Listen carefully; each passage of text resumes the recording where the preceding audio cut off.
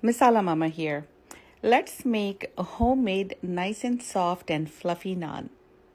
I'm going to write down the recipe on the screen, but I'm going to give you certain tips and details.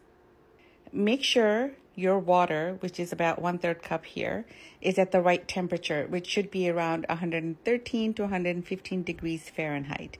It's important because the yeast needs that. Then I put in a tablespoon of sugar and a tablespoon of yeast. And then you want to watch until the yeast becomes this creamy, frothy texture. This can take about 3 to 4 minutes. Once you have that, you're going to add your flour. This is all-purpose flour. I put in 3 cups. You can put in 3 to 4 cups. The measurements are going to be the same. Half a tablespoon of salt and 1 level tablespoon of baking powder, 3 to 4 tablespoons of oil, and I have about 2/3 cup of yogurt that I got from the fridge. It's cold, but I want to warm it up, so I add some hot water to it. That's to bring the yogurt down to room temperature. And that way when we add it to the dough mixture, it won't cool down the yeast. You can knead this by hand, but I used my KitchenAid mixer. I prefer the dough to be very, very soft. It'll take about an hour to double in size, and then you're going to start making your naans.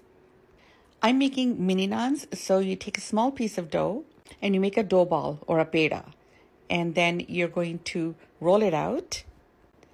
And once you roll it out, you can put any topping you want on it, like sesame seeds. For this naan, you're going to have to use your tawa, not your non-stick pan. On one side of your naan like this, you're going to put water. The whole side should be covered with water. That is going to make it stick to the hot tawa. Spread it out to whatever thinness you want. After about 20 seconds, you're going to flip it. Now, I have a gas stove.